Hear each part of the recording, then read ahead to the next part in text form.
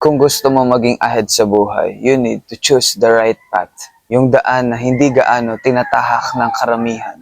Yung path na mahirap at boring pero maghahatid sa'yo sa tagumpay. Ano ang ibig kong sabihin? May mga bagay na akala natin doon na talaga tayo kasi masaya natin siya gawin. Pero ang katotohanan talaga, walang growth doon. Ang tawag doon ay comfort zone.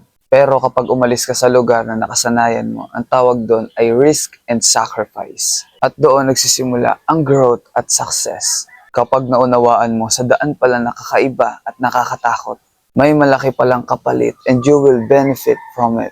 Walang madali sa mundo, lahat pinaghihirapan yan. And the moment you choose to win, you have the chance to win. Tandaan mo kung gusto mo talaga maging ahead sa buhay, marami ka talagang isasakripisyo.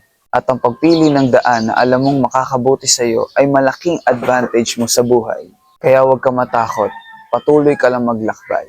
Hanggang sa dalin ka nito sa inaasam mong tagumpay.